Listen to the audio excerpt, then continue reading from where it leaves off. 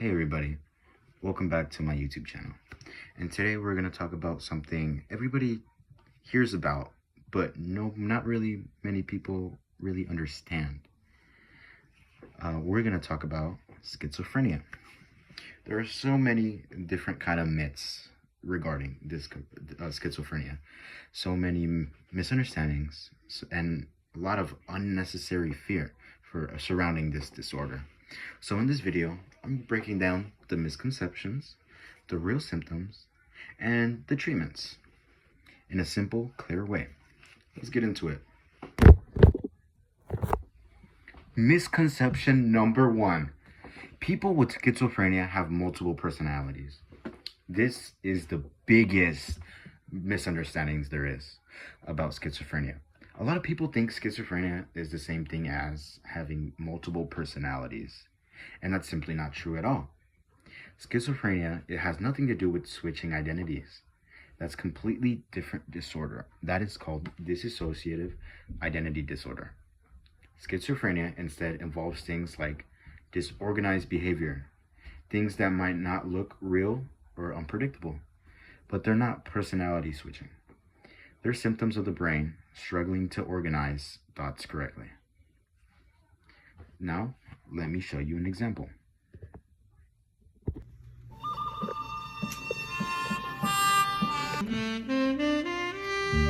Other 6 say duck. Now I look up and I see a Misconception number 2.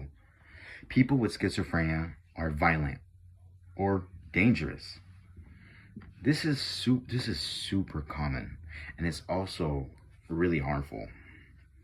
A lot of people assume that people with schizophrenia are aggressive or violent even, but that's actually the opposite of what research shows. According to the National Alliance of Mental Illness, Sheldon explains that while someone might be agitated during a severe episode, the vast majority of people with schizophrenia are not violent. In fact, they are more likely to be victims of violence than the ones causing it.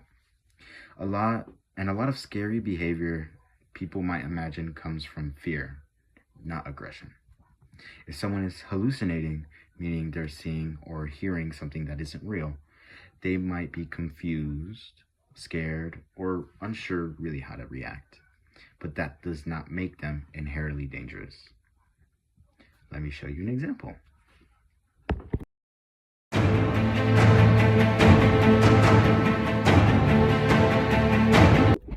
Misconception number 3.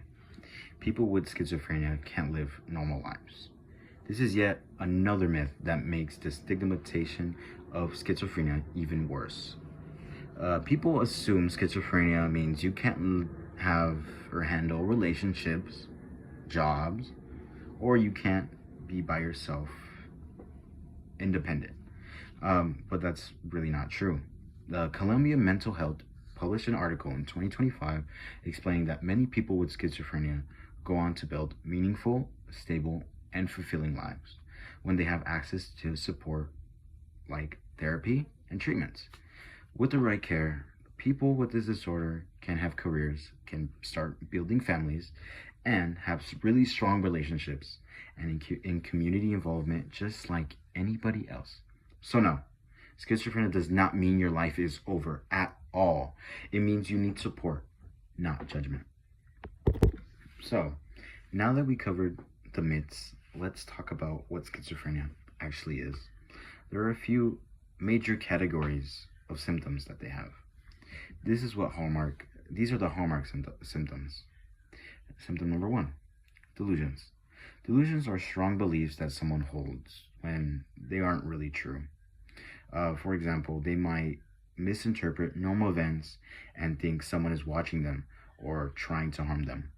These beliefs seem very real to the person and can cause a lot of fear or stress.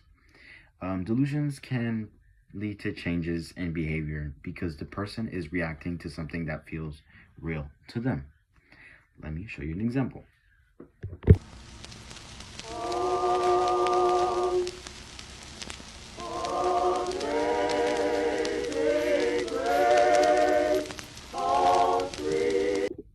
Symptom number 2, hallucinations. Hallucinations are experiences that seem real, like hearing voices or seeing things that aren't really there. This can be really confusing and overwhelming. Imagine trying to go about your day while your senses are giving you false information. That's why people may appear distracted or respond in ways that seem strange. So imagine someone with schizophrenia walking down the street and they have a reaction. This is not like targeted at all. And another person might feel offended or they might be confused even. So they cannot handle this. They cannot change it. But it is treatable.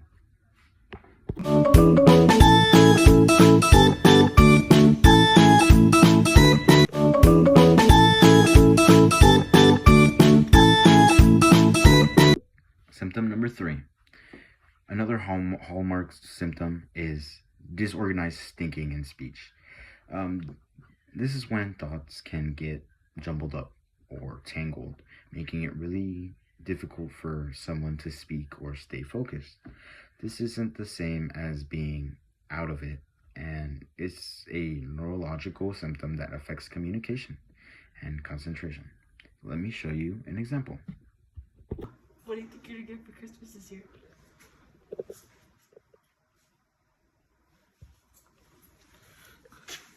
Oh, I like tacos too.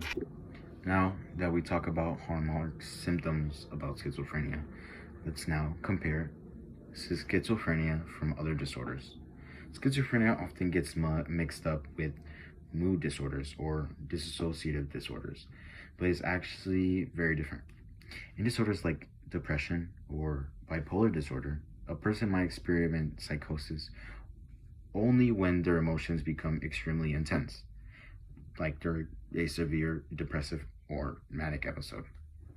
But with schizophrenia, hallucinations, delusions, and disorganized thinking can occur regularly and don't depend on mood swings. That's one of the biggest differences. Now, let's talk about treatments that can help. Treatment number 1, medication. Medication like risperidone, alazine, and quetiapine can help reduce hallucinations, delusions, and disorganized thinking. These medications don't cure the disorder. They make daily life much more manageable. Treatment number 2, psychosocial support.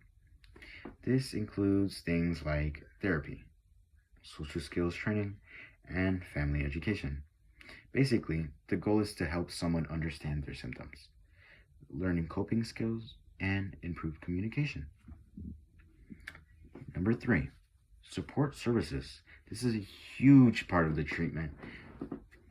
This includes housing support, job support, and case management. Help people live independently and work towards a long-term stability. When someone has solid support system, their whole life becomes more stable. They're allowed to live more independently.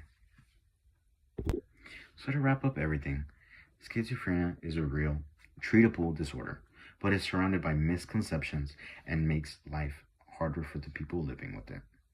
By understanding the actual symptoms, recognizing how it differs from mood or dissociative disorders, and supporting people rather than judging them, we can reduce stigmatization. We can educate ourselves and challenge myths about this. We can create a safer, more compassionate environment for those living with schizophrenia. The more we learn, the better we can help, support, and include those around us. Thanks for watching, and if you learned something today, don't forget to like, comment, and subscribe. And if you have any questions about schizophrenia, please contact my email and I will answer any questions as soon as possible. It is